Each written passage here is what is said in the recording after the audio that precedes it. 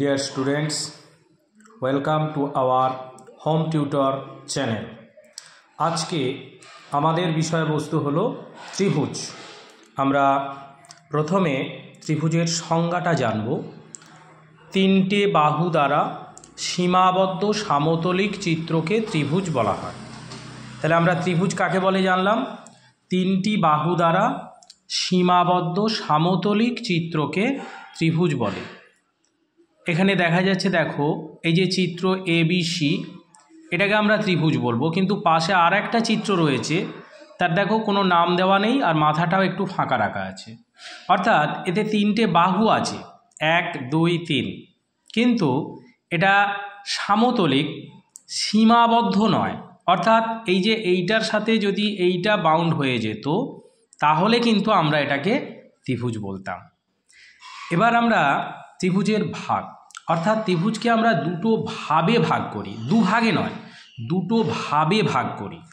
প্রথম রয়েছে বাহুভেদে, দ্বিতীয় রয়েছে কোণভেদে। এই বাহুভেদে ত্রিভুজকে আবার আমরা তিনটে ভাগে ভাগ করতে পারি: সমবাহু ত্রিভুজ, সমদ্বিবাহু ত্রিভুজ, বিষমবাহু ত্রিভুজ। কোণভেদে ত্রিভুজকেও তিনটে ভাগে ভাগ করা যায়: সূক্ষ্মকোণী ত্রিভুজ, সমকোণী ত্রিভুজ এবং স্থূলকোণী ত্রিভুজ। প্রত্যেকটা ত্রিভুজের চিত্র এখানে আঁকা আছে। এইটা এই যে ABC, এটা হচ্ছে সমবাহু ত্রিভুজ। এর সংজ্ঞাটা খুব সহজ, পাশে একটুখানি দেওয়া আছে, দেখো তিনটে বাহুই সমান। অর্থাৎ যে ত্রিভুজের তিনটে বাহুই সমান তাকে আমরা বলবো সমবাহু ত্রিভুজ। ঠিক অনুরূপে যে ত্রিভুজের দুটো বাহু সমান তাকে আমরা বলছি সমদ্বিবাহু। আর যে ত্রিভুজের তিনটে বাহুই আলাদা আলাদা, মানে ভিন্ন ভিন্ন, তাকে আমরা বলছি বিষমবাহু ত্রিভুজ। এবার আমি চলে আসছি কোণভেদে ত্রিভুজ। কোণভেদে ত্রিভুজ তিন প্রকার: এক হচ্ছে সূক্ষ্মকোণী, 2 হচ্ছে সমকোণী, 3 হচ্ছে স্থূলকোণী। যে ত্রিভুজের তিনটে কোণই সূক্ষ্মকোণ তাকে আমরা বলবো সূক্ষ্মকোণী ত্রিভুজ।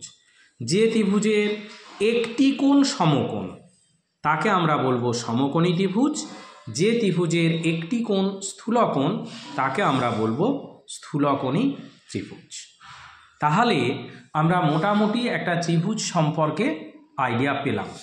ঠিক আছে, ধন্যবাদ ছাত্রছাত্রী, ভালো থেকো, সুস্থ থেকো। এর পরের ভিডিওতে আমরা কোণ সম্পর্কে জানব, অর্থাৎ কোণের যে শ্রেণীবিভাগ, কোণ কাকে বলে এবং চতুর্ভুজ কাকে বলে এবং চতুর্ভুজের শ্রেণীবিভাগ। ধন্যবাদ।